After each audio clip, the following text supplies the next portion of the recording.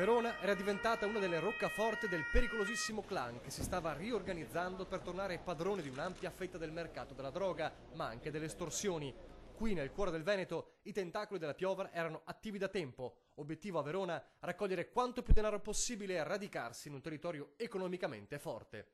Gli arresti della maxi operazione Alias, scattata all'alba, da Taranto colpiscono come un macigno la nostra regione. Dei 52 arresti della maxi retata antimafia, 10 sono scattati nel veronese. Non a caso, perché in provincia gravitava la pesante influenza di uno dei capi della organizzazione criminale sgominata dalla polizia, Nicola De Vitis, un boss a tutti gli effetti, uno di quelli che tra gli anni 80 e 90 era stato protagonista di una feroce guerra nella provincia pugliese contro il clan rivale dei Modeo. Condannato per omicidio a 25 anni, era finito in carcere a Montorio Veronese, ma da tempo era in regime di semilibertà.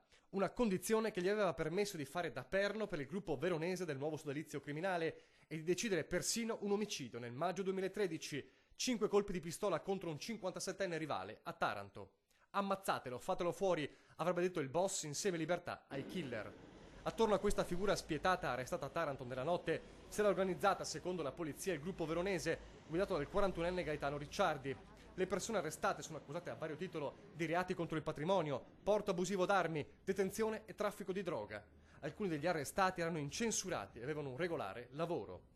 Tra i vari episodi significativi imputati alla organizzazione criminale c'è una doppia tentata rapina a una gioielleria di Verona il 30 novembre 2013 e il 22 febbraio 2013.